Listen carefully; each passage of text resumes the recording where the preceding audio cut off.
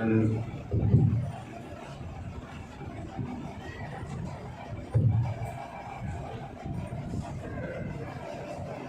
నా తండ్రి అయిన దేవునికి నేను వందనాలు తెలియజేస్తా ఉన్నాను.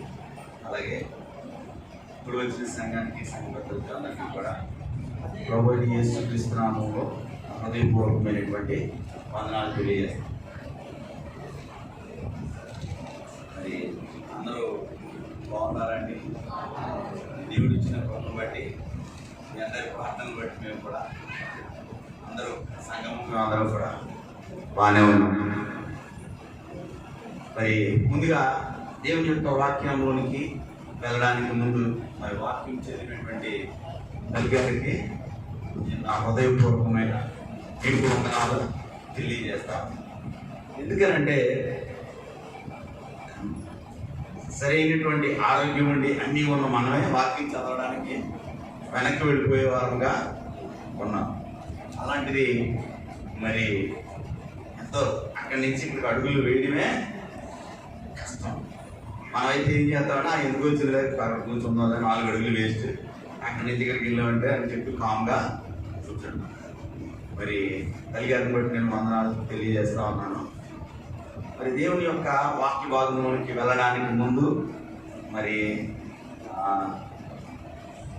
మరి దేవుడు ఇచ్చినటువంటి ఉచితమైన కృపను బట్టి నేను మామూలుగా మాట్లాడేస్తాను.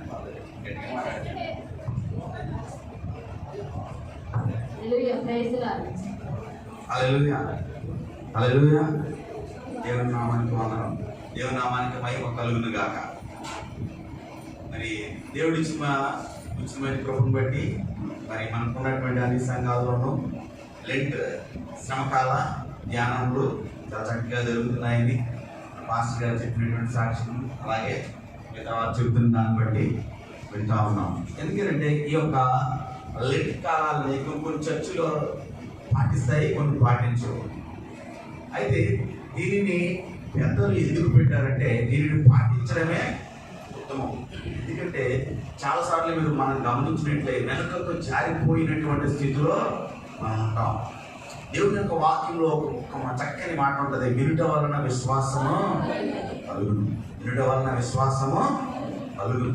మనం చాలా జాగ్రత్తగా అబ్జర్వ్ చేసినట్లయితే మన దగ్గర ఉన్న చిన్నపిల్లలు చూడండి, వాళ్ళు కొన్ని నేర్చుకుంటా ఉంటారు. రోజు ఒకే విషయాన్ని చాలాసార్లు చెప్పడం వల్ల వాళ్ళు నేర్చుకుంటారు. అలాగే మనం కూడా దేవుని దృష్టిలో ఎలా ఉంటామంటే మన వయసులో ఎంత పెద్దవారమైనప్పటికీ కూడా దేవుని దృష్టిలో ఆత్మలో మాత్రం మనందరం కూడా ఆయన పిల్లలమే. ఎప్పుడైతే దేవుని యొక్క సన్నిధికి వచ్చి అనుదినము వాక్యం వింటామో ఆ వాక్యం విన్నప్పుడు మనం ఏమవుతామంటే విశ్వాసంలో బలమైన వారుగా మార్చబడతాం. ఇంక ఎలాంటి ఇబ్బందులు వచ్చినా ఎలాంటి ఇరుకులు వచ్చినా మనం పట్టుకుని నిలబడే వారంగా ఉంటాం.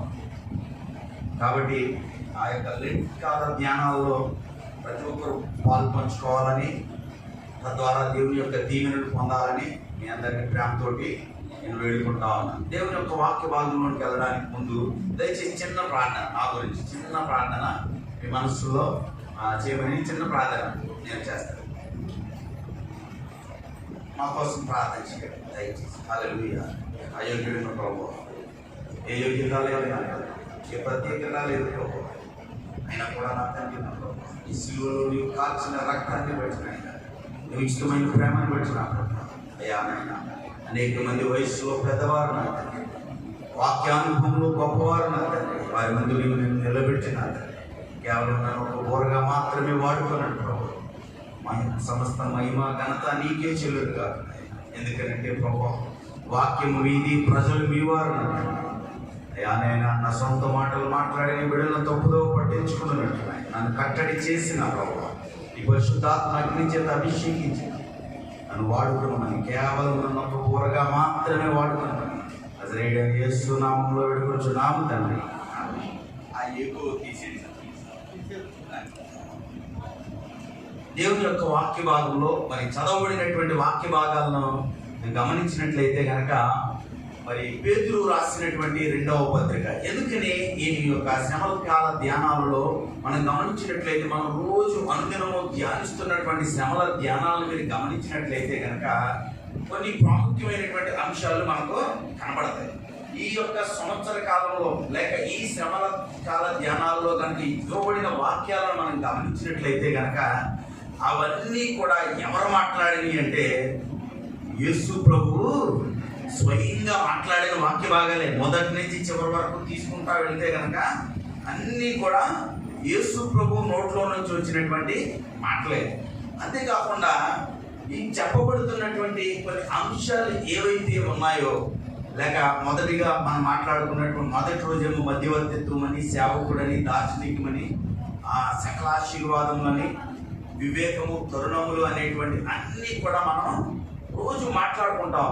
ఈ మాటలన్నీ కూడా ఎవరు మాట్లాడుతున్నారయ్యా అంటే గనక మన తండ్రి అయినటువంటి దేవుడు కుమారుని ద్వారా మన కొరకు మాట్లాడించినట్లుగా కనబడతా ఉంది పిల్ల. అంతేకాకుండా మరి ప్రత్యేకించి ఈ దినమునకు ఏర్పాటు చేయబడినటువంటి వాక్య భాగాలను మనం చదువుకోవడానికి మరి ఒకసారి మనం గమనించినట్లయితే ఈ శ్రమల కాల ఆదివారంలో లేక లెంట్లోని 4వ ఆదివారం కొరకు ఏర్పాటు చేయబడిన వాక్య భాగం ఏంటయ్యా అంటే కనుక పేతురు రాసినటువంటి 2వ పత్రిక. మరి చదవబడినటువంటి మొదటి అధ్యాయం 2 నుంచి మనం చూసుకున్నట్లయితే కనుక అదంతా కూడా విడిచిపెట్టినా కూడా 5వ వచనం నుండి మనం ఒకసారి చూసుకుంటే కనుక ఆ హేతు చేతనే మీ మట్టుకు మీరు గలవారై మీ విశ్వాసమునందు సద్గుణమునందు జ్ఞానమందు ఆశానిగ్రహమునందు సహనమునందు భక్తిని, భక్తి యందు సహోదర ప్రేమయందును దయను అమర్చుకునుడి. ఇవి మీకు కలిగి విస్తరించిన ఎడల యేసు క్రీస్తును గూర్చిన అనుభవ జ్ఞానంలో మిమ్మల్ని మీరు సమరులైనను నిష్ఫలులైనను కాకుండా దేవుడు ఈ యొక్క నీతిమంతుడైన లేక దేవుని శిష్యుడైనటువంటి పేతురు గారి ద్వారా ఆనాడు ఉన్నటువంటి సంఘముతోటి ఆయన మాట్లాడుతున్నారు. ఏమని మాట్లాడుతూ ఉన్నారంటే కొన్ని ప్రాముఖ్యమైనటువంటి అంశాలను సంఘానికి, ఆనాడు ఉన్నటువంటి సంఘానికి లేక ఈ రోజున చదువుతున్న మనకు ఆయన కొన్ని విషయాలు మనకు విడిచిపెట్టినట్లుగా మనకు కనబడుతుంది పిల్లల. ఎందుకనంటే ఈ చదవబడినటువంటి 2వ పేతురు మొదటి అధ్యాయము 5వ వచనంలో నుండి కిందకు మనం చూసుకుంటూ వెళ్తా ఉంటే గనక కొన్ని ప్రాముఖ్యమైనటువంటి అంశాలు మనకు కనబడతా ఉంటాయి పిల్లల. ఎందుకని ఈ విషయాలు చాలా ప్రాముఖ్యమైనవని నేను చెబుతా ఉన్నానంటే ఇక్కడ కనబడుతున్నటువంటి దాంట్లో కనుక మనం గమనించినట్లయితే పేతురు రాసినటువంటి 5వ అధ్యాయము 11వ వచనం వరకు కనుక మనం చూసినట్లయితే కనుక కొన్ని ప్రాముఖ్యమైనటువంటి అంశాలు మనకు కనబడతా ఉన్నాయి. ఏంటో అంశాలు అంటే కనుక మనందరికీ బాగా పరిచయం ఉన్నవి, మనందరికీ బాగా తెలిసినవి. చిన్నతనం నుండి క్రైస్తవ బిడ్డలుగా పిలువబడుతున్న మనం, లేక దేవుని సన్నిధికి దేవుని ఆరాధించడానికి వస్తున్న మనం అనేక సార్లు విని వాటి ప్రకారం నడుచుకున్న వారంగా, కొన్నిసార్లు తప్పిపోయిన వారంగా ఉన్నవారమే. అయితే దేవుడు ఏం చెప్తా ఉన్నాడంటే ఇక్కడ మనకు కొన్ని విషయాలను మాదిరికరంగా మనకు ఉంచుతా ఉన్నాడు భక్తుడైనటువంటి పేతురు గారి ద్వారా. ఆ విషయాలు ఏంటంటే గనక 5వ వచనం నుండి మొదటి అధ్యాయము 2వ పేతురు మొదటి అధ్యాయము 5వ వచనం నుండి మనము చూసుకుంటా వెళ్దాము. మొదటి అంశము ఏమిటి కనబడుతున్నాయా అంటే కనుక దానిలో విశ్వాసము అనేది కనబడతాం. మొదటిది ఏం కనబడతా ఉందండి? విశ్వాసం అనేది మనకు కనబడతా ఉంది. ఎక్కడ కనబడతా ఉంది? 5వ వచనం. ఆ హేతువు చేతనే మీ మట్టుకు మీరు సంపూర్ణ జాగ్రత్త గలవారై విశ్వాసమునందు సద్గుణమును. విశ్వాసంలో ఏముండాలని దేవుడు చెబుతా ఉన్నాడు? సద్గుణం ఉండాలంట. సద్గుణములోనేమో నిగ్రహం ఉండాలంట. అలాగా ఒక్కొక్క దానికి ఒక 9 ముఖ్యమైనటువంటి భాగాలను దేవుని యొక్క వాక్యము ద్వారా పరిశుద్ధాత్మ దేవుడు మన కొరకు రాయించి ఉంచినట్లుగా కనబడతా ఉంది పిల్లల. ఎందుకని నేను ఈ మాటలు చెబుతా ఉన్నానంటే యోహాను సువార్తలో మనకి కనబడతా ఉంది. హెబ్రీయులకు రాసిన 11వ అధ్యాయం 6వ వచనంలో విశ్వాసం లేకుండా దేవునికి ఇష్టడై ఉండుట అసాధ్యము. ఏంటి అసాధ్యం అంటే విశ్వాసము లేకుండా దేవునికి ఇష్టడై ఉండుట అసాధ్యము. ఇది ఒక ప్రాముఖ్యమైన మాట. ఈ మాట ఎవరు చెబుతా ఉన్నారంటే భక్తుడైనటువంటి యోహాను గారు దేవుని గురించి చెబుతారు. దేవుని యందు విశ్వాసం లేకుండా ఆయనకు నేను ఇష్టమైనటువంటి వాడిగా ఉన్నానని చెప్పుకుంటే మాత్రం అది వ్యర్థం అని చెప్పి ఆయన చెప్తా ఉన్నాడంటే ఇక్కడ యోహాను ఏప్రిల్కి రాసినటువంటి 11వ అధ్యాయము 6వ వచనంలో విశ్వాసం లేకుండా దేవునికి ఇష్టడైనట అసాధ్యం అంటది. ఇంకా విశ్వాసం లేకుండా దేవునికి ఇష్టడుగా లేకపోతే నేను దేవుణ్ణి ప్రేమిస్తున్నానని కానీ దేవుడు నన్ను ప్రేమిస్తున్నాడని చెప్పుకుంటే కనుక అది ఏమవుతుందంటే నోటి మాటలు మాత్రమే అవుతాయి తప్ప అది కార్యరూపము దాల్చదు అని చెప్పి ఇక్కడ దేవుడు మాట్లాడుతున్నాడు ప్రియులారా. అంతేకాకుండా యోహాను సువార్త 3వ అధ్యాయము 36వ వచనము మనం గమనించినట్లయితే కూడా అక్కడ కూడా చాలా ప్రాముఖ్యమైనటువంటి అంశం మనకు కనబడతాం. మనం కుమారుని యందు విశ్వాసం ఉంచువాడు నిత్య జీవమును గలవాడు. ఇక్కడ దేవుడు మాట్లాడతాం. మొట్టమొదటిగా ఆయన ఏమన్నాడంటే విశ్వాసం లేకుండా దేవునికి ఇష్టడిగా ఉండడం అనేది అసాధ్యం, అది జరగని పని అని చెప్పాడు. ఇంకొక రెండవ మాటగా ఆ విశ్వాసంలో ఆయన ఏం చెప్తా ఉన్నాడంటే ఇక్కడ కుమారుని యందు విశ్వాసం ఉంచువాడే నిత్య జీవమును కలవాడు. కుమారుని యందు విశ్వాసం ఉంచువాడే నిత్య జీవము కలవాడు. ఇక్కడ చాలా క్లియర్ గా దేవుడు చెప్పేస్తున్నాడు అన్నమాట. ఎవరు విశ్వాసము కలిగి ఉంటున్నవారు, ఎలాంటి విశ్వాసం కలిగి ఉండాలి, ఎవరి యందు విశ్వాసము కలిగి ఉండాలని చెప్పి చాలా క్లియర్ గా ఇక్కడ మనతో మాట్లాడుతూ ఉంది పిల్లలు. అంతేకాకుండా ఇక్కడ మనం గమనించినట్లయితే కనుక ఫిలిప్పీలకు రాసినటువంటి పత్రిక 3వ అధ్యాయము 10వ వచనంలో ఇక్కడ చాలా క్లియర్ గా మనకు కనబడుతుంది. ఫిలిప్పీలకు రాసినటువంటి, ఎందుకనంటే జ్ఞానము లేక సుగుణం. మనం జ్ఞానాన్ని తెలుగులో కనుక మాట్లాడుకుంటే ఆధునిక భాషలో జ్ఞానము అని అంటారు. లేదంటే కనుక మన పాత తరం మన పెద్దలైన వారు దానిని ఏమని పిలిచారంటే సుగుణాలు అని పిలిచేవారు. ఏమని పిలిచేవారండి? సుగుణాలు అని చెప్పి పిలిచేవారు. ఇక్కడ ఫిలిప్పీలు రాసినటువంటి పత్రిక 3వ అధ్యాయము 10వ వచనం మనం ఒకసారి గమనించినట్లయితే కనుక ఫిలిప్పీలకు చెప్పండి.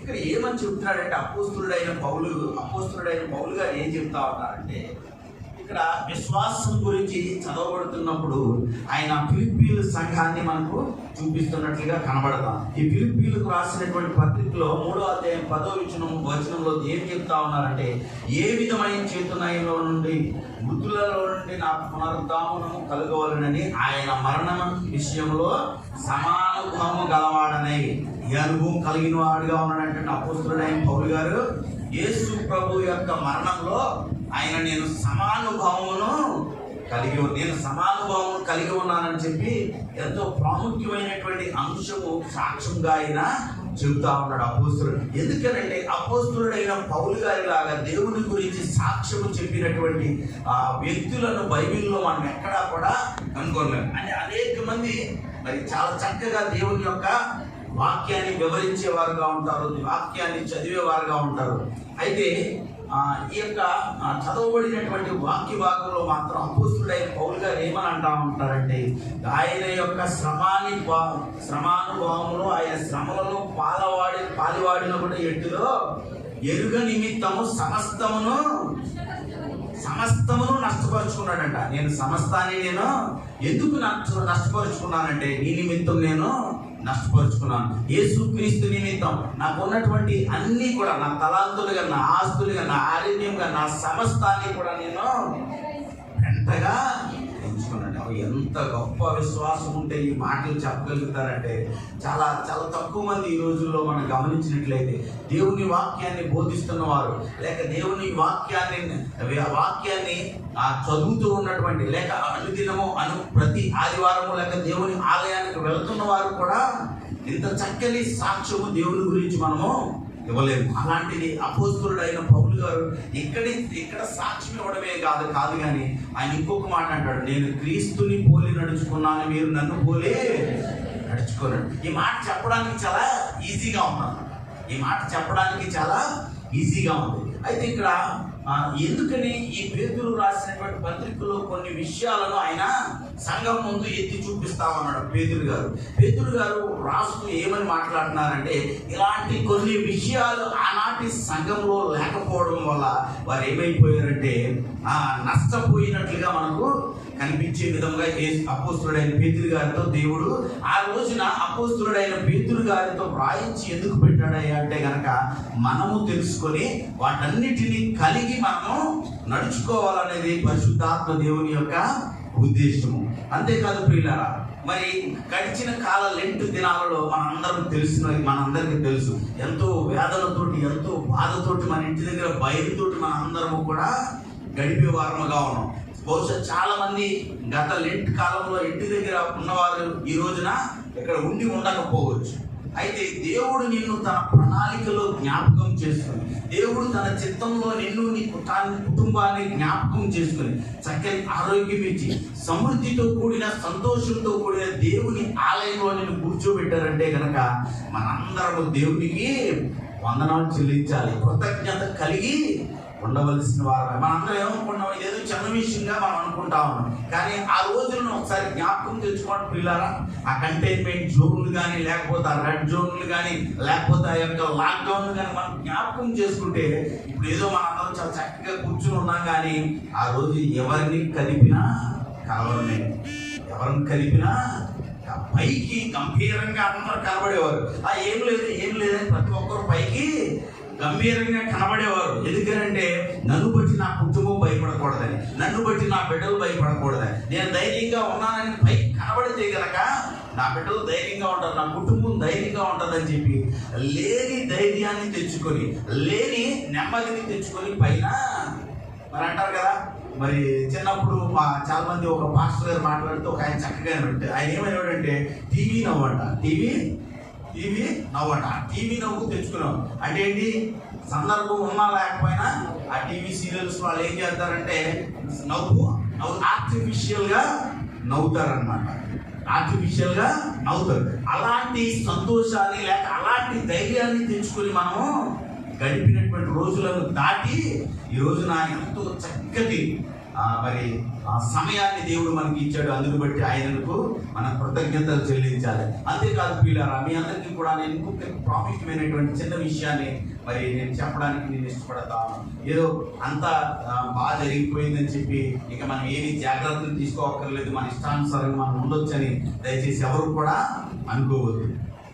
అలా కనుక మనం అనుకుంటే కనుక దేవుని శోధించిన వారుగా అవుతాం. అందుకనే యేసు ప్రభువులు వారు ఉపవాసం చేసి వచ్చిన తర్వాత అపవాది ఏమంటాడంటే ఈ రాళ్ళన్నింటినీ నువ్వు రొట్టెలుగా చేసుకోండి, లేదా పైనుంచి కిందకు దూకే అంటే అప్పుడు యేసు ప్రభు వాక్యంతో సమాధానం, ఈ తండ్రి అయిన దేవుణ్ణి వ్యర్థముగా వాడకూడదు దేవుని యొక్క. అలాగే మనం కూడా దేవుని ఈ లోకంలో ఉన్నటువంటి ప్రభుత్వం ఇచ్చినటువంటి ఆజ్ఞలు కానీ జాగ్రత్తలు కానీ తీసుకోకుండా ఆ యొక్క దానికి మనం గురయ్యి మనం దేవుణ్ణి మనుషులను నిందించే వారుగా ఉండకూడదు ఇలా. అందుకనే మరి నిన్నటి దినాన్ని కూడా మరి కొన్ని చోట్ల మిమ్మల్ని భయపెట్టాలని ఏదో కాదు, కానీ సంఘానికి నేను వచ్చాను కాబట్టి నా బాధ్యత ఏంటంటే మీరందరూ క్షేమంగా ఉండాలి. ఎందుకంటే మనందరిది కూడా ఒక కుటుంబము, మన అందరి యొక్క పెద్ద యేసు ప్రభు, ఆయనలో మనందరం ఉన్నాం. కాబట్టి దయచేసి బయటకు వెళ్ళినప్పుడు మాస్కులు వాడటం కానీ, శానిటైజర్లు వాడటం కానీ దయచేసి మానవీయతని మీ అందరికీ 2 చేతులు జోడించి హృదయపూర్వకంగా ఈ మాట నేను ఎందుకు చెప్పడానికి ఇష్టపడతా ఉన్నానంటే, నిన్నటి దినాన పెంటపాడులో దాదాపుగా 4 కేసులు ఎన్నో వచ్చినాయి అని చెప్పి చెప్తా ఉన్నారంట. అంతేకాకుండా కొన్ని ప్రాంతాల్లో లాక్డౌన్లు అవి ఉన్నాయి. అయితే క్రైస్తవులమైన మన ఎడల దేవుని యొక్క ప్రేమ ఎంత హెచ్చుగా ఉందంటే ఆయన నిజంగా మరి చాలా గొప్పవాడిగా కనబడతా ఉన్నట్టు కదా. అందుకనే ఇక్కడ ఇచ్చిన వాక్య భాగాలను మనం గమనించినట్లయితే కనుక దేవుడు ఏమని లెంట్ కాల ధ్యానాల్లో మరి ఎందుకని ఈ రీతిగా ఈ వాక్యాలను పెట్టారో మరి నాకైతే తెలియదు. కానీ ఈ ఇవ్వబడినటువంటి వాక్య భాగంలో చాలా ప్రాముఖ్యమైనటువంటి విషయాలు విశ్వాసం కలిగి ఉండాలి. ఇక్కడ చెబుతున్నది ఏంటంటే విశ్వాసము కలిగి ఉండాలి. విశ్వాసం లేకుండా దేవునికి ఇష్టడై ఉండుట అసాధ్యము. క్రైస్తవ జీవితం అంటేనే విశ్వాసం మీద కూడుకున్నది. చాలా మంది ఏమంటారంటే మనల్ని చూసి కొంతమంది నవ్వుకున్న వారు కూడా ఉంటారు, కొంతమంది నవ్విన వారు కూడా మనలో ఉంటారు. ఎందుకంటే మన విశ్వాసం అనేది అలా ఉండదు. ఈ విశ్వాసం గురించి మీకు ఒక మాట నేను చెప్పడానికి ఇష్టపడతాను. జార్జ్ ముల్లర్ గారు అని చెప్పి ఒక ప్రముఖ భక్తుడు మరి 1900 సంవత్సరంలో ఆ యొక్క 19వ శతాబ్దంలో ఆయన ఉండేవారు. ఆయన ఎన్నో అనాథ శరణాలయాలను ఆయన కట్టించి అనేకమైనటువంటి అనాథ శరణాలయాలను ఆయన నడిపించేవాడు అన్నమాట. నేను ఎందుకు ఈ మాటలు మీకు చెప్పడానికి ఇష్టపడుతున్నానంటే విశ్వాసం, క్రైస్తవ విశ్వాసం అంటే ఎలా ఉంటుందంటే చూచే వారికి ఎలా ఉంటుందంటే, అందుకనే దేవుడు మాట్లాడతాడు, నా సిలువను కూర్చిన సువార్త నశించు వారికి వెర్రితనం, రక్షింపబడుతున్న మనకైతే కనుక దేవుని శక్తి ఉన్నదని చెప్పి దేవుడు మాట్లాడుతా ఉన్నాడు. ఆ విశ్వాసం ఆ జార్జ్ ముల్లర్ గారు ఒకనొక దినాన్ని ఏమైపోయిందంటే కొన్ని ఇలాంటి కఠినమైనటువంటి పరిస్థితులు కూడా వెళ్లాల్సి వచ్చిందంట. ఆ యొక్క అనాథ శరణాలయంలో ఉన్న పిల్లలకి పెట్టడానికి అన్నీ అయిపోయినాయి అంట. వారి దగ్గర ఉన్నటువంటి విలువైనటువంటి సామాగ్రిని కూడా వారు అమ్మి పిల్లలను పోషించడానికి అన్నీ కూడా అయిపోయినాయి. చివరికి ఏమీ లేదంట.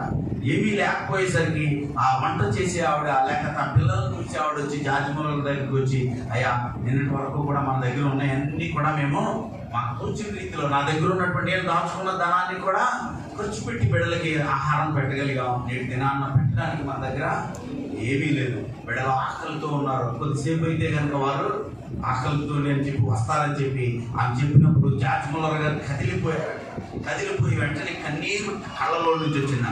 కళ్ళలో నుంచి కన్నీరు వచ్చిన తర్వాత ఆయనకి ఏమి మాట్లాడకుండా ఆయన అన్నారంట, బిడ్డలందరినీ వారి యొక్క ప్లేట్లు తీసుకుని రమ్మన్నాడంట. బిడ్డలందరినీ ప్లేట్లు తీసుకొని రమ్మన్నారంట. రమ్మని పిల్లలందరినీ పిలిచి లైన్గా ఆ ప్లేట్లు పెట్టుకుని కూర్చోమని అప్పుడు పిల్లలతో మాట్లాడుతూ ఉన్నాడంట.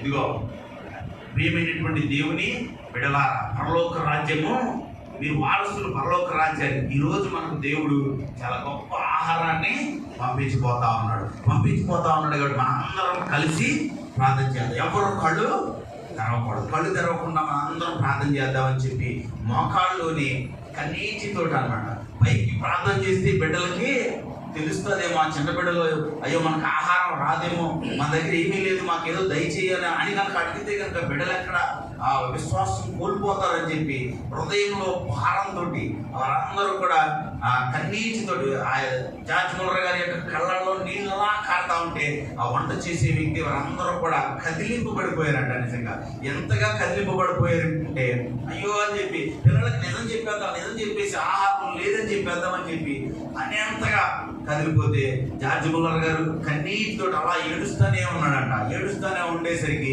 బయట ఒక హార్న్ వినపడుతుందంట. హార్న్ వినపడతా ఉంది.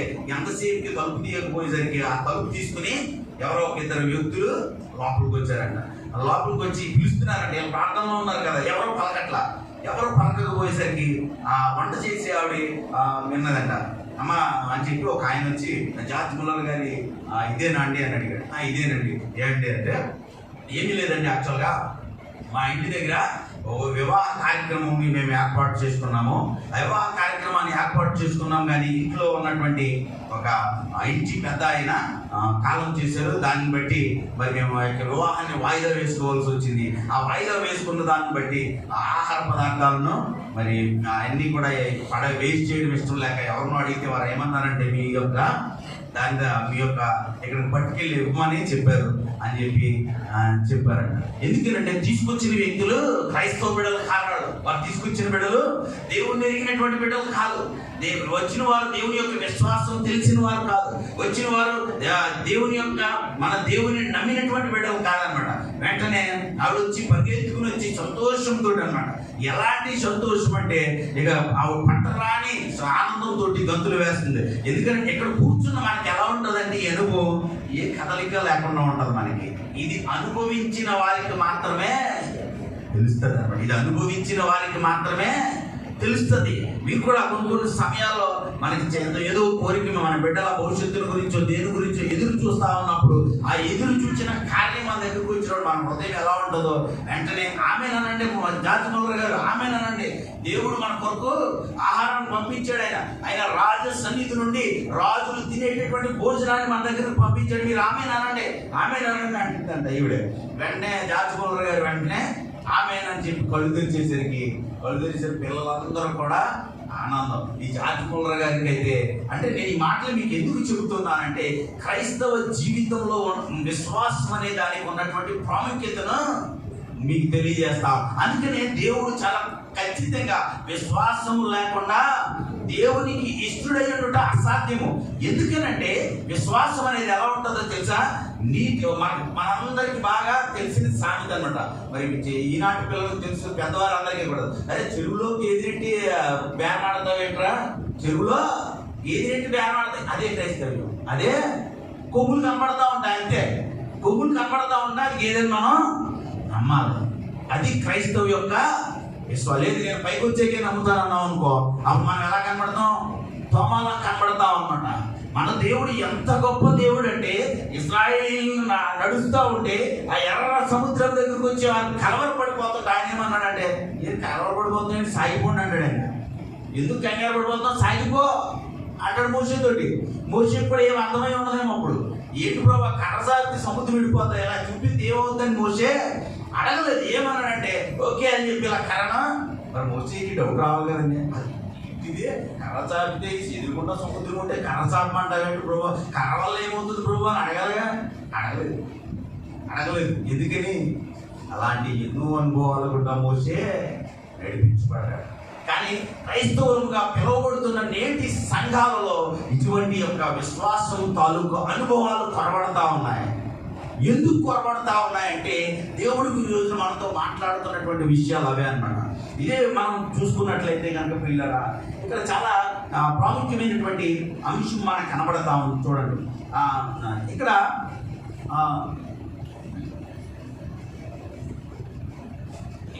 కనబడుతున్నటువంటి వాక్య భాగం ఏంటంటే నిగ్రహము అనేటువంటిది కనబడుతుంది. చూడలేరా? జ్ఞానమునందు ఆశానిగ్రహమునందు సహనము. ఇది ఇక్కడ కనబడతా ఉంది. ఈ రోజుల్లో చాలా మందికి నిగ్రహం ఉండట్లా.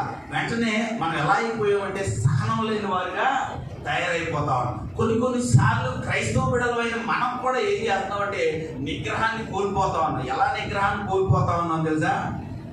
ఏదైనా సమస్య వచ్చిందనుకో, ఆ సమస్యను బట్టి మనం ఏమైపోతా ఉన్నాం అంటే కదిలిపోయి అయ్యో నాకు ఏమీ లేదని చెప్పి మనం తీర్మానం చేసుకుని ఏమనుకుంటామంటే నా జీవితం ఇంతటితోటి అయిపోయింది. అలాంటి నిరాశ నిస్పృహలోనికి ఎందుకు వెళ్ళిపోతున్నామంటే మన అనుభవాలు మనకు సరి అయిన పాఠాలు మనకు నేర్పించలేదు. నీకు వచ్చిన శ్రమలు నీకు మోకాళ్ళ పోరాటము నేర్పలేదు. నీ మోకాళ్ళ పోరాటము సరైన రీతిలో లేదు కాబట్టి ఇప్పుడు ఏమైపోతా ఉందా? నిగ్రహాన్ని మనము కోల్పోతా ఉన్నాం. గలతీయులకు రాసిన పత్రిక 5వ అధ్యాయం 22-23 వచనాలు మనం గమనించినట్లయితే ప్రియులారా, గలతీయులకు రాసిన పత్రిక 5వ అధ్యాయము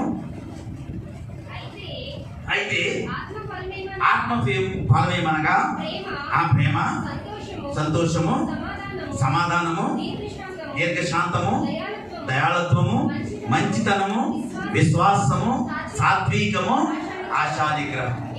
చాలండి. ఇక్కడ ఇట్టి వాటికి విరోధమైన నియమం ఏది లేదు. క్రీస్తు సంబంధులు శరీరమును దాని దురాశలతోనే సిలువ. ఇక్కడ చెప్తా ఉన్నాడంట ఆశానిగ్రహము. మనం ఆశ పెట్టుకున్నటువంటి ఆశ అది వ్యర్థం, అలా నెరవేరనప్పుడు మనం కోల్పోకూడదు. ఆశానిగ్రహము కోల్పోకూడదు. ఇక్కడ ఏమని అంటా ఉన్నాడంటే ఇట్టి వాటికి విరోధమైన నియమం ఏది లేదు. వీటిని కోల్పోవలసినటువంటి అవసరం లేదు. నిగ్రహాన్ని కోల్పోయి మనం కోల్పోవలసినటువంటి మనం ఏమి కలిగి ఉన్నాడు? ఈ లోకంలో ఉన్న దానికన్నా మనం వేరుగా ఉన్నాం. లోకంలో ఉన్న వారిలో ఆత్మ, మన ఆత్మ ఒకటి కాదు. మన ఆత్మ ఏంటంటే దేవుడు పెట్టినటువంటి ఆత్మ. ఎప్పుడైతే దేవుడు పెట్టినటువంటి ఆత్మ మన హృదయంలో కలిగి ఉంటామో ఆత్మలో మనం లోబడటం నేర్చుకుంటాం. లోబడటం అనేది ఆత్మ నేర్పుతాది అన్నమాట. మన ఆలోచనలను, కోరికలను, వీటన్నిటిని అదుపులో ఉంచుకోవడానికి మనకు ఆయన ఇచ్చే బలం అన్నమాట. ఆయన ఆత్మ ఇచ్చే బలం ద్వారా మనము వీటన్నిటినీ కూడా జయం పొందగలుగుతాం. జయం పొందడమే కాదు పిల్లరా, నిజంగా ఎన్ని కష్టాలు వచ్చినా కూడా విశ్వాసంలో మనం నిజంగా ఒకసారి ఆలోచించండి. మనకు వచ్చే కష్టాలు అసలు మనం భరించలేనంత కష్టాలు నిజంగా వస్తున్నాయా? ఒకసారి ఆలోచించేయండి. మనకు వచ్చే కష్టాలు నిజంగా మనం వాటిని పెద్దగా చేసేసుకుని భూతత్వం పెట్టుకుని జాగ్రత్తగా పెద్దగా చేసి చూసుకుంటాం, కానీ అవి చాలా చిన్న చిన్న కష్టాలు. మన దేవుని యొక్క అపారమైన కృప ముందు, మన దేవుని యొక్క అపారమైన శక్తి ముందు అవన్నీ కూడా ఎలాంటివి? చాలా చిన్న చిన్నవి అన్నమాట. అవన్నీ కూడా చాలా చిన్న చిన్నవి అన్నమాట. కానీ ఇది మనం ఏం చేస్తున్నామంటే మన స్వభావానికి విరుద్ధంగా, మన క్రైస్తవ విశ్వాసానికి వ్యతిరేకంగా, మన క్రైస్తవ నమ్మకానికి వ్యతిరేకంగా మనం ఏం చేస్తా ఉన్నామంటే తొలగిపోయే వారంగా ఉన్నాం. అందుకనే దేవుడు ఏమని చెప్తా ఉన్నాడంటే, దయచేసి నీవు నిగ్రహాన్ని కోల్పోవద్దు. నీవు నా అరచేతులతో నేను నిన్ను చెక్కి ఉన్నాను. ఏంటి మిగతాదంతా నోటి మాటతో చేశాను కదా. ఆకాశ పక్షులు చూడు, పశువులను చూడు, పంటలను చూడు, గడ్డి పువ్వులను చూడు, అవన్నీ వాటన్నిటినీ నేను నోటితో చేశాను. నిన్ను నా స్వాస్థాలతో చేసి ఎవరు పోలికగా చేశాడంటే నా పోలికగా. ఎవరు పోలికగా? దేవుని పోలికగా మనల్ని చేసి ఏ ఆత్మ పెట్టాడు మనలో? ఆయన ఆత్మను మనలో పెట్టాడు. కానీ మనం ఏమనుకుంటున్నాం? అవన్నీ మర్చిపోతున్నాం.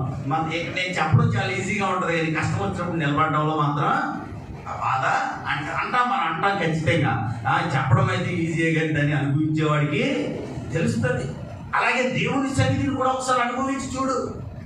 దేవుని ఆత్మను కూడా ఒకసారి అనుభవించి చూడు. నీకు వచ్చే కష్టం ఏదైనా సరే ఎడంకాలతో తన్ని అవతల పడేద్దాం, ఎడంకాలతో తన్ని అవతల పడేద్దాం, అంతే. అయితే ఆ అనుభవం మనకు కొదవగా ఉంటుంది ఈ రోజుల్లో. ఎందుకని కొదవగా ఉంటుందంటే విశ్వాసం ఉండట్లేదు. ఇంకొక ప్రాముఖ్యమైనటువంటి మీకు ఒకటి చూపించి, యాకోబు రాసినటువంటి పత్రిక,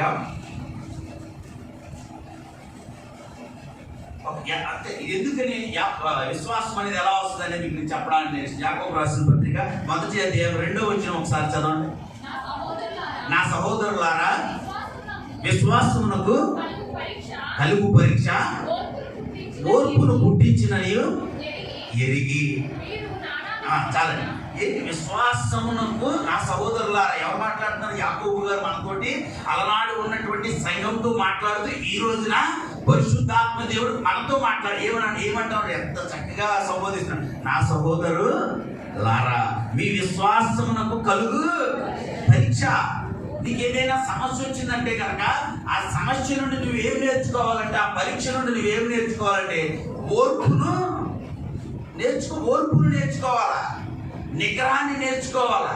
ఇక్కడ అంటా ఉన్నాడు, మీ విశ్వాసమునకు పరీక్ష ఓర్పును పుట్టించినని ఎరిగి. ఏం పుట్టిస్తుందంట ఆ పరీక్ష? మనకి ఓర్పును పుట్టిస్తుందంట. అది ఎప్పుడు పుట్టిస్తుందంటే మోకాళ్ళ మీద మనము నిలవబడి దేవుని సన్నిధిలో ఆయన దగ్గర మొరపెట్టినప్పుడు మాత్రమే. జనరల్గా మనం అందరం చేసే తప్పేంటి తెలుసా? మనకి ఏదైనా శ్రమ కానీ కష్టం వచ్చిందనుకో, ఫస్ట్ భార్య ఏమో భర్తకి చెప్తాడు, భర్త ఏమో భార్యకి చెప్తాడు. చెప్పిన తర్వాత పిల్లలకి, ఆ నెక్స్ట్ ఎవరు? మనకు బాగా కావాల్సిన ఖచ్చితంగా నాకు సాయం చేస్తారు గ్యారంటీగా అన్న వాళ్ళకి మన బంధువులు. తర్వాత ఎవరికి? బంధువులు అంటాడు, సర్లే ఏదో చెప్తాడు, నాకు ముందే తెలిసి ఎలా అంటాడని తర్వాత అనుకుని మళ్ళీ ఎవరి దగ్గరికి వెళ్తాం? స్నేహితుల దగ్గరికి వెళ్తాం. వాళ్ళకు కూడా అయ్యో ఇప్పుడే నిన్నే ఉన్నదే అంతా కూడా నిన్న అయిపోయి, అయ్యో గంట ముందు వచ్చినా బాగుంటాడు. అప్పుడు ఎక్కడికి వెళ్తాం? దేవుడి దగ్గరికి. లాస్ట్లో గుర్తొచ్చి ఫస్ట్ గుర్తు రావాలి ఆయన ఎప్పుడు గుర్తొస్తాడు? లాస్ట్. ఇక ఎప్పటి వల్ల వద్దు, ఇంకా ఇది నీ వల్లే అవ్వాలి, ఇది ఎప్పటి వల్ల అవట్లా. మా ఊళ్ళని అడిగాడు ఏమన్నారు, మా బంధువులు వాళ్ళు ఏమన్నారు, ఇక నువ్వే. అదా మనం ఆధారపడవలసింది. నువ్వు క్రైస్తవ బిడ్డగా, క్రైస్తవ దేశుని ఎదిగినటువంటి బిడ్డగా నువ్వు ఎవరి ముందు ఆధారపడాలి? దేవుని మీద ఆధారపడాలి. ఏదైనా పర్లేదు. అది ఆయన అంటాడు, ఏదే బుద్ధి విజ్ఞాన సర్వ సంపదలు నా దగ్గర. బుద్ధి ఉంది, విజ్ఞానం ఉంది, మిగతా సంపదలు ఏదైతే అవి కూడా నా దగ్గరే ఉన్నాయి. మొదట నా నీతిని, నా రాజ్యాన్ని, నీకేం కావాలో అయినా నేను ఇస్తాను అని దేవుడు చెప్తా ఉంటే మనం ఏం చేద్దామంటే చెట్ట చివరి ప్లేస్లో కూర్చోబెడతాం. దేవుడు తీసుకెళ్ళి చెట్ట చివరి ప్లేస్లో అప్పుడు ఎడుతూ ఉంటాం. ఆడి దగ్గరికి వెళ్ళినాడు ఎలా అన్నాడు, ఈ దగ్గరికి వెళ్ళాను ఇలా అన్నాడు, ఆయన నేను ఆ రోజు సాయం చేసి, ఈ రోజు వీడికి సాయం చేశాను, నన్ను ఎవరో పట్టించుకోవట్లేదని బాధపడతావు. కాదు, నువ్వు అది కాదు చేయవలసింది. మొదటిగా ఏం చేయాలంటే మన దేవుని దగ్గరికి వెళ్ళి రహస్యమందున్న నీ తండ్రితోటి నీవు మాట్లాడాలి. ప్రార్థన చేయడం అంటే ఏంటనుకున్నారు? మన తండ్రిని మనం అడగడమే. మనం చేయాలి. ప్రభు నాకు ఇది కావాలి, ఇది నాకు అంటే చెప్తాడైనా, మాట్లాడతాడు వాక్యంతో. అందుకని ఇక్కడ ఇంకొక అందులోనే 12వ వచనం కూడా ఒకసారి చదవండి. 12వ వచనం, శోధన సహించువాడు ధన్యుడు, అతడి శోధనకు నిలిచిన వాడే ప్రభు తను ప్రేమించు వారికి వాగ్దానము చేసిన జీవ కిరీటము. మీరు అనుకోవచ్చు, నాకు సమస్య వచ్చిందిరా బాబు అంటే నువ్వు జీవ కిరీటం పొందుకుంటున్నావు అంటారు ఏంటంటే మీరు అన్నారనుకో. ఇక్కడ ఏమంటావు అన్నాడంటే ఆయన శోధన సహించు, అతడు శోధనకు నిలిచిన వాడే. నువ్వు శోధనలో నిలవాలంటే ఏమవ్వాలి? నువ్వు నిజంగా ఆ శోధనను ఎదుర్కొని నిలబడ్డావు అనుకో, దానికి ఏం దొరికినట్టు? దానికి సొల్యూషన్ దొరికినట్టు, దానికి జవాబు దొరికినట్టు. దానికి జవాబు ఇవ్వగలిగిన వాడు ఎవరు? మన దేవుడు. ఆయన జవాబు ఇవ్వడం మాత్రమే కాదు కానీ, నీ శోధనలో నీ పక్కన నిలబడడం కాదు కానీ, నీకు నేను జీవ కిరీటం కూడా ఇస్తాను. అదే మన బంధువులు, మన స్నేహితులు అయితే ఏమంటారు? మన డబ్బులు ఎవరు కానీ పక్కోడితోటి పొరుపాడాయమ్మా, నీకు ఉన్నదెంత, ఏదో పైకి ఏదో అంట, ఏదో చేసేస్తాడంట, పిల్లలు అలా చేస్తాడంట, నాకు ఇంటిని 2 అంతస్తులు కట్టే, ఇలాంటి మాట్లాడుకో. మన దేవుడు అలా మాట్లాడే దేవుడు అదైనా. ఆయన ఏమంటాడంటే నీ శోధనలో నువ్వు నిలిచేలాగా నేను చేస్తాను, నిలబడేలాగా. నిలబడిన తర్వాత ఆ ఒక్క నిలబడటం మాత్రమే కాదు, నీకు జీవ కిరీటాన్ని కూడా నేను ఇస్తాను. టైం అయిపోతుంది, త్వరగా నేను మాట్లాడతాను. ఎందుకని? అంతేకాకుండా ఇక్కడ ఇంకొక ప్రాముఖ్యమైనటువంటి దేవుని పట్ల మనం ఏం చేయాలంటే భక్తి శ్రద్ధలు మనము కనపరచాలని ఈ యొక్క పేతురు పత్రికలో రాయబడి ఉంది. దేవుని పట్ల మనము భక్తి శ్రద్ధలను కలిగి ఉండాలంట. ఎందుకని ఈ మాటలు చెప్తా ఉన్నాడంటే ప్రియులారా, అదే యాకోబు రాసిన పత్రిక 3వ అధ్యాయం 11వ వచనంలో కనబడతాను. 3:11 ఒకసారి చదివితే గనక, అక్కడ దయచేసి చదవద్దండి, టైం అయిపోయింది కాబట్టి. అక్కడ ఒకే నీటి బొగ్గల నుండి, అంటే మనం ఈ ఆశీర్వాదం పొందుకోకపోవడానికి గల కారణం చెబుతా ఉన్నాడు. ఒకే నీటి బొగ్గలో నుండి 2 రావు. ఒకే దాంట్లో ఉప్పు నీరు మంచి నీరు రాదు కదా. అంజూరపు చెట్టు నుండి ద్రాక్ష పళ్ళు రావు, ద్రాక్ష పళ్ళు నుండి అంజూరపు కాయలు రావు. దేని నుంచి అదే వస్తుంది. ఒకవేళ నీవు దేవుని నమ్ముకొని దేవుని మీద ఆనుకున్న బిడ్డవైతే కనుక నీలో నుండి మంచి ఫలాలే వస్తాయి. నువ్వు కంగారు పడాల్సినటువంటి అవసరము లేదనమాట. అంతేకాకుండా ఇంకొక ప్రాముఖ్యమైనటువంటి విషయం నేను త్వరగా ముగిస్తాను, ఒక్క 10 నిమిషాల్లో నేను ముగించడానికి ప్రయత్నం. ఇంకొక విషయం గురించి కూడా ఈ పేతురు భక్తుడు మనకు చెబుతా ఉన్నాడు. ఈ రోజుల్లో చాలా కొదువైపోయింది. క్రైస్తవ బిడ్డలైన మనలో కూడా ఈ విషయం కొదువైపోయింది అని చెప్పి, విశ్వాసం లేకపోవడం ఒకటే కాదు, నిగ్రహం లేకపోవడం ఒకటే కాదు, మనలో ఇంకొకటి కొదువైపోయిందంటే సోదరుల పట్ల అనురాగము లేక సహోదర ప్రేమ. ఇక్కడ కనబడుతూ ఉన్నది, 7వ వచనంలో కనబడుతుంది. పేతురు రాసిన 2వ పత్రిక 7లో భక్తి యందు సహోదర ప్రేమ, సహోదర ప్రేమ యందు దయను. ఇది లేదు ఇక్కడ. సహోదరి ప్రేమ లోకంలో చచ్చిపోయినటువంటి స్థితిలో ఉంది. మీరు పేపర్ చదవండి, రోజుకు ఒక అన్న తమ్ముడైనా చంపేసి ఉంటాడు, తమ్ముడు అన్ననైనా చంపేసి ఉంటాడు, అన్న అక్కని చంపేసి ఉంటుంది, అక్క చెల్లిని చంపేసి ఉంటుంది.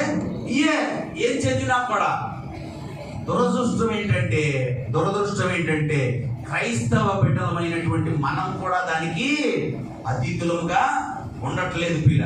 ఈ మాట నేను ఎందుకు చెబుతా ఉన్నానంటే ఇవన్నీ కూడా బైబిల్లో రాయించి పెట్టాడు మన కోసం. మిగతా వారికి అయితే వారి దాంట్లో రాయించి ఉన్నాయో లేదో వారికి తెలియదు, ఎందుకంటే వారికి తెలియని భాషలో వారి గ్రంథాలు రాయబడి ఉంటాయి. కానీ బైబిల్ గ్రంథం నీకు తెలిసినటువంటి గ్రంథాలు. అందరూ అంటారు కదా గోల్డెన్ మర్మాలు ఏముండవు అసలు ఇందులో.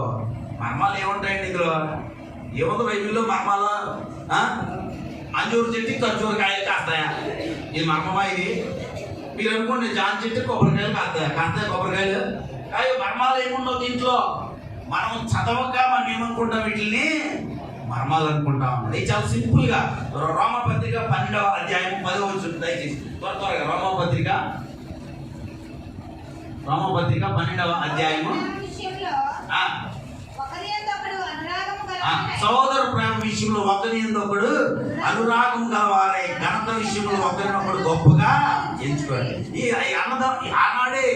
ఆనాడే పితృభక్తులు, ఆనాటి కాలంలో సమాజం ఎలా ఉందంటే అన్నదమ్ములు పడట్ల, అక్క చెల్లెళ్ళకి పడట్లేదు. అందుకనే పితృభక్తులు ఏమని చెప్తా ఉన్నారంటే సంఘానికి సహోదర ప్రేమ కలిగి ఉండాలి, ఒకరినొకరు ఘనత విషయంలో ఒకరినొకరు హెచ్చించుకోవాలి. అంతేకాకుండా ఈ యొక్క సహోదర ప్రేమ విషయంలో మీరు ఎలా ఉండాలంటా ఉన్నాడంటే ఒకరికొకరు సహోదర ప్రేమ విషయంలో అనురాగము కలవారై, ఘనత విషయంలో. ఇది లేదండి ఎక్కడా కూడా.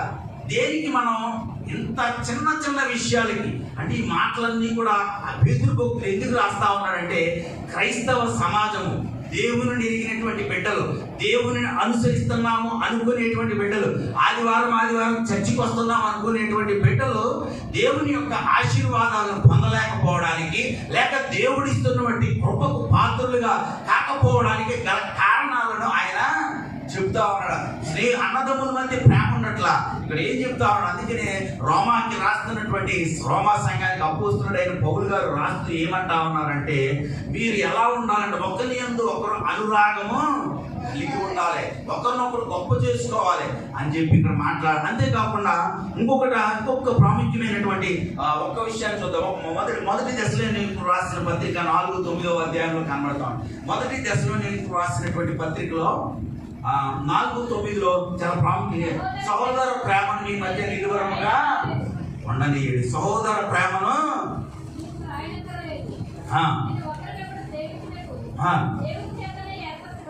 దేవుని చేతనే మీరు ఏర్పరచబడ్డారు. ఎవరి చేత ఏర్పరచబడ్డామని అంటే మనం దేవుని చేత దేవుని యొక్క వాక్యమే మనకు సహోదర ప్రేమ అంటే ఎలా ఉంటది, సహోదర ప్రేమ ఎలా ఉండాలి అనేది ఎవరు నేర్పారు మనకి? దేవుడే నేర్పాడు. ఆయన జీవించిన కాలంలో ఆయన దేవుని కుమారుడై ఉండి కూడా దేవుని యొక్క అక్కడి నుండి వచ్చినా కూడా ఆయన స్నేహితులను లేక ఆయన సహోదరులను ఆయన విడిచిపెట్టలేదు. లాస్ట్ లో చివరిలో కూడా ఆయన ఒక చక్కటి మాదిరిని చూపిస్తాడు. ఏ మాదిరి అంటే తల్లిని మర్చిపోకుండా ఆయన ఏమంటాడు, అమ్మా మరి నేను ఇంకా వెళ్ళిపోతాను కాబట్టి నేను నీ కుమారుడిగా నేను నీకు ఉండలేనదిగో అక్కడ అప్పచెప్తున్నానని చెప్పి అక్కడ ఉన్నవాడికి ఏమంటాడు, ఇదిగో నీ తల్లి నువ్వు ఆదరించని చెప్పి. అంటే అంత చక్కటి ప్రేమ తాలూకా విషయాలను ఆయన మనకు నేర్పించాడు. దురదృష్టం ఏంటంటే మనం ఏం చేస్తున్నామంటే మనము వాటిని పాటించిన వారముగా ఉండే దేవుడు ఇచ్చేటటువంటి ఆశీర్వాదాలను పొందలేకపోతాం.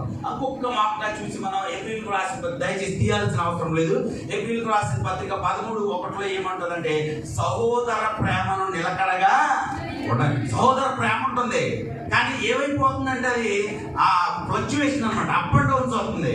Up and down. ఏదైనా డబ్బు దగ్గరికి ఏదైనా వచ్చేసరికి వెంటనే ఏమైపోతాం, మనం వ్యతిరేకులం అయిపోతాం. అలా కాకుండా దేవుడు ఏమంటా ఉన్నాడు, మీ సహోదర ప్రేమ మీ మధ్య ఎలా ఉండాలి, నిలువరంగా ఎప్పుడు నిలిచి ఉండాలి. కొద్ది రోజులు ప్రేమించుకోవడం, కొద్ది రోజులు దెబ్బలాడుకోవడం అలా ఉండకూడదు. మీరు ఎలా ఉండాలంటే నిత్యము ఒకరినొకరు ప్రేమించుకునే వారంగా ఉండాలని ఆయన మాట్లాడుతూ ఉన్నాడు. అంతేకాకుండా పిల్లరా ఇంకా తర్వాత ఇంకొక ప్రాముఖ్యమైన మాట ఏమంటాడంటే సహోదర ప్రేమ ఎలా ఉండాలని చెబుతా ఉన్నాడంటే నిష్కపటమైన సహోదర ప్రేమను మనము కలిగి. ఈ మధ్యకాలంలో ఇదే కలువైపోయింది. సహోదర ప్రేమ ఉంటుంది కానీ ఏ ప్రేమ ఉండట్లేదు, నిష్కపటమైన సహోదర ప్రేమ ఉండట్లేదు. మన వాత్సల్యత చూపించట్లేదు. ఎందుకని ఈ మాట చెబుతా ఉన్నాడంటే ప్రేమ, వాత్సల్యత, విశ్వాసము ఇవన్నీ కూడా మన దేవునిలో కనబడతాయి. మన దేవునిలో కనబడే ప్రేమ ఎలాంటి ప్రేమ అంటే అది దానిని బైబిల్ వాక్యంలో అగాపే ప్రేమ అంటే ఏమంటారు? దాన్ని అగాపే ప్రేమ అంటారు. ఆ అగాపే ప్రేమ అంతము లేదు, దానికి కొలతలు కూడా లేవు, ఆ అగాపే ప్రేమను కలిగి ఉన్నాడు కాబట్టి ఆయన సిలువలో చనిపోవడానికి వచ్చారు. వస్తున్నారు, పడుతున్నారు, ఉమ్ము వేస్తున్నారు, తింటున్నారు, వెళ్తున్నారు, కానీ ఆయన మౌనంగానే ఉన్నాడు. ఆయన ఏమన్నా శక్తి లేనివాడా అంటే ఆ గెత్సెమనే తోటలోకి వచ్చి పట్టుకోవడానికి వచ్చినప్పుడు పేతురు టక్మని కత్తి చూసి ఒకటి చెవిలోకి ఎత్తి దేవుడు ఏం చేశాడు? ఆ పడిపోయిన చెవిని తీసి అతికించాడంట. ఆ పడిపోయిన చెవిని అతని పేరు మలుకు అని కూడా చరిత్రకారులు చెప్పి ఆ చెవి పడిపోయిన చెవిని అతికించాడు. ఆయన చనిపోయిన వారిని లేపాడు. ఆయన ఎంత శక్తి కలిగిన దేవుడు, ఎంత ప్రేమ కలిగి ఉన్నాడంటే ఏ ప్రేమ కలిగి ఉన్నాడు? అగాపే ప్రేమను కలిగి. ఆ ప్రేమ లేదు ఇప్పుడు, ఆ ప్రేమ లోకంలో కనబడట్లేదు. ఆ ప్రేమ లోకంలోనే కాదు కానీ క్రైస్తవ సంఘాలలో కూడా కనబడట్లా, క్రైస్తవ బిడ్డల మధ్య కూడా అది కనబడట్లా.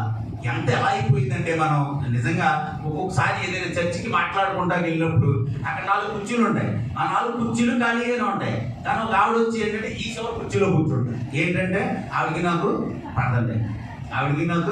పడదు అంటే దేవుని ఆలయంలో ఆ పక్కన కూడా కూర్చోవడానికి మనం ఇష్టపడం. మరి దేవుడు కార్యాలు చేయాలంటే ఎలా చేస్తాడండి? మనం జాగ్రత్తగా కూర్చునే ముందు ఎవరి పక్కకి వెళ్ళి కూర్చుంటాం. మనం అంటే ఎవరికి ఇష్టమో, మనకంటే మనల్ని ఎవరు బాగా ప్రేమిస్తారో మనకు నచ్చిన వాళ్ళు శత్రువు పక్కన ఎవరైనా కూర్చున్నావా? అసలు దేవుని గుళ్ళో కూర్చొని శత్రువు ఉండడమే అది దేవుని దృష్టిలో నేరం. మళ్ళా పైగా పక్కన కూర్చోకుండా నువ్వు ఏం చేస్తావు? ఎదురుకుండా ఖాళీ లేకపోతే ఆ మూలన్న కూర్చుంటారు. కానీ ఆ పడిపోయేలాగా ఎలా కష్టమైన నష్టమైన ఫ్యాన్లు అయిపోయినా నీళ్ళు కాలిపోతున్నా కూర్చుంటారు. కానీ ఆ పక్కన మాత్రం నేను కూర్చున్నట్టు ఆ పక్కన మాత్రం మరి ఎలా దీవిస్తాడు దేవుడు? నీకు ఎలాగ ఆశీర్వాదాలు వస్తాయి? దేవుని సన్నిధిలోనే నన్ను నేను సరి చేసుకోవడానికి ఇష్టపడకపోతే కనుక ఎక్కడి నుంచి మనకు ఆశీర్వాదం వస్తుంది? ఎందుకని మనకు అభివృద్ధి వస్తుంది? అభివృద్ధి లేకపోవడానికి, ఆశీర్వాదం లేకపోవడానికి గల కారణాలు ఏంటంటే ఈ చిన్న విషయాల్లో మనం తప్పిపోవడమే. ఇంకొక ఇవన్నీ చూసిన తర్వాత ఇంకొకటి మనం చాలా చక్కగా చూసేసి అయిపోతుంది. ఇంకా తర్వాత మనం గమనించినట్లయితే ఇదే 2 పేతురులో 1వ అధ్యాయం 8వ పేతురు పత్రికలో 1:8 ఏం చెప్తాడంటే విస్తరించడం గురించి ఆయన మాట్లాడుతూ ఉంటాడు. పేతురు గారు విస్తరించడం గురించి ఆయన ఇవి మీకు కలిగిన ఎడల, విస్తరించిన ఎడల అవి మన ప్రభు అయిన యేసు క్రీస్తు అనుభవం జ్ఞానంలో మిమ్మును సోమరులైనను కాకుండా చేస్తుందని చెప్తున్నాడు అన్నమాట. ఎందుకనంటే ఇవి విస్తరించబడాలని ఒకవేళ నువ్వు విస్తరించబడాలంటే కనుక నీవు ఒకవేళ అధికంగా ఆశీర్వదించబడాలంటే కనుక అందుకనే ఏమంటాడంటే ఇది 2వ పేతురు 3వ అధ్యాయం 18వ వచనం ఒకసారి చదవండి పిల్లరా.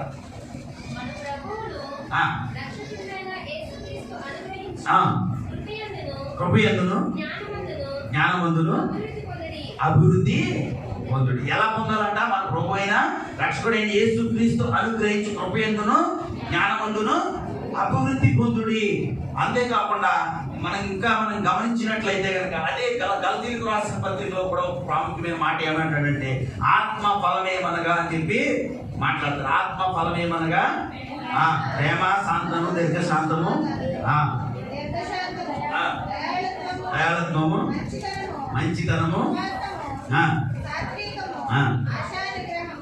ఇవన్నీ కనుక మనం కలిగి ఉంటే కనుక మనం ఏమవుతాము?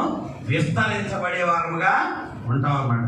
అంతేకాకుండా పిల్లరా ఇక్కడ ఇంకొక ప్రాముఖ్యమైనటువంటి మాట చెప్తాడు. ఏంటంటే ఇక్కడ నేను చెప్పడానికి సమయం లేదు కాబట్టి ఇవ్వబడినటువంటి వాక్య భాగంలో ఇంకా ఏమేమి ఉన్నాయంటే అందులో నేను చదివి పిలిచి ఆయన మనల్ని పిలిచి ఎన్నుకున్నాడంట. ఆయన ఇక్కడ అదే పేతురు రాసిన పత్రికలోనే 2వ పేతురు 1వ అధ్యాయం 10వ వచనంలో ఏమంటాడంటే, మీ సహోదరులారా పిలుపును ఏర్పాటు నిశ్చయం చేసుకునేటకు మీరు జాగ్రత్త. ఆయన పిలిచాడంట, కానీ దాన్ని నిశ్చయం చేసుకోవాల్సిన బాధ్యత ఎవరి మీద ఉంది?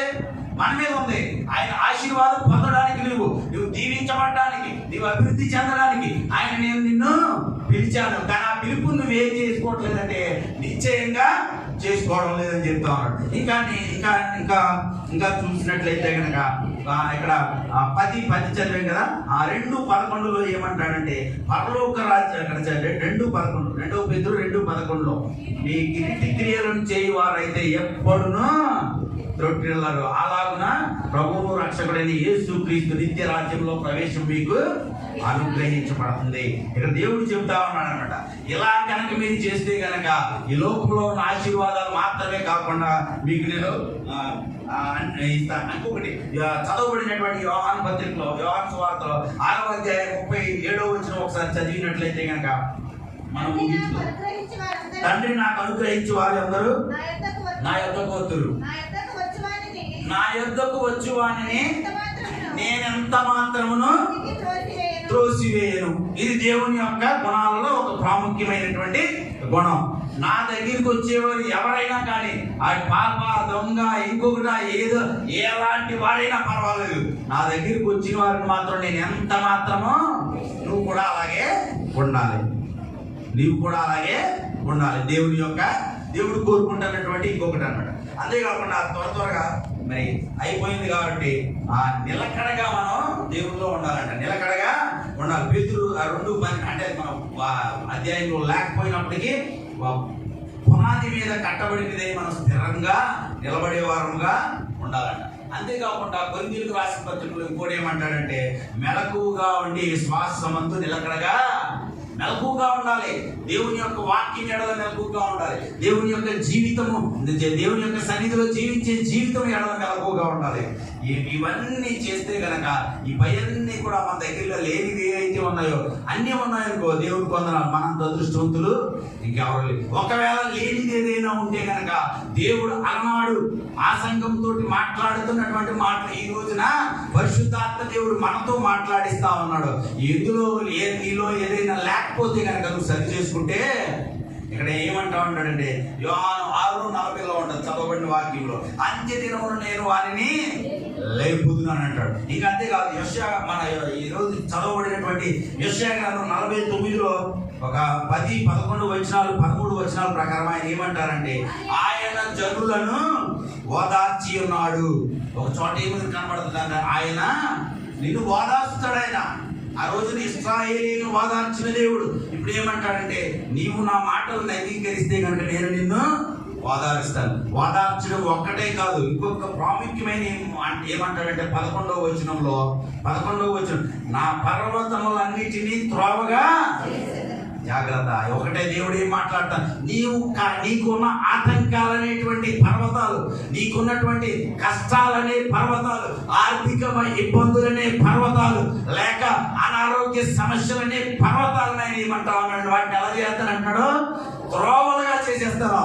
నీవు దానిలో నడిచి వెళ్ళిపోయే రీతిగా నీ కాళ్ళ కింద వేసి తొక్కే విధంగా ఆ పర్వతాలను నేను చేస్తానని చెప్తా ఉన్నాడు. అంతేకాకుండా ఇంకొక ప్రాముఖ్యమైన విషయం చెప్తా ఉన్నాడు. 10వ వచనంలో చదివినట్లయితే కనుక 10వ వచనం, వారి ఎందుకు కరుణించువాడు వారిని తోడుకొని పోవును, నీటి బొగ్గల యొద్ద వారిని నడిపించును, కాబట్టి వారికి ఆకలి అయినను దప్పికైనను కలుగదు. ఇక నీకు ఆకలి ఉండదంట, దప్పిక ఉండదంట, ఏమీ ఉండదంట. అది ఈ లోకంలో అయినా పరలోకంలో అయినా దేవుడు ఒకటే అంటా ఉన్నాడు, ఈ లోకమేలోనే నీవు పరలోకం యొక్క అనుభవాన్ని చవి చూచేవాడిగా ఉండాలని దేవుడి ఉద్దేశం. ఇక్కడి నుంచి మరలా పరలోకానికి వెళ్ళిన తర్వాత దేవునితో గడిపిన అనుభవం నీకు ఉండాలనేది దేవుని యొక్క ఉద్దేశం. మరి ప్రియులారా, ఈ నా మాట మరి టైం లేదు కాబట్టి త్వరగా నేను ముగించడానికి మరి ప్రయత్నం చేశాను. ఎందుకంటే దేవుడు ఏం చెప్తా ఉన్నాడంటే పేతురు భక్తుల ద్వారా మనతో మాట్లాడుతూ ఉన్నాడు. ఈ విషయాలన్నీ నేటి సంఘాలలో కొదవగా ఉన్నాయి. వీటన్నిటినీ కనుక మనం సరి చేసుకోవడానికి ఇష్టపడితే కనుక నీకు ఎలా ఉంటుందంటే నీకున్న కష్టాలు అనేటివన్నీ కూడా నీకు దారులుగా మార్చుతానని దేవుడు చెబుతా ఉన్నాడు పిల్లరా. మరి మరి యొక్క మాటలు మన దేవుడు మన వినికిడిలో పరిశుద్ధాత్మ దేవుడు ఆశీర్వదించి మనల్ని కాపాడి కరుణించును గాక. ఆమేన్. దయచేసి లేచి నిలబడితే చిన్న ప్రార్థన, నాకు చిన్న ప్రార్థన చేయడం అలవాటు. ఒక్కసారి లేచి మీరు అందరు నిలబడితే చిన్న ప్రార్థన చేసుకోండి.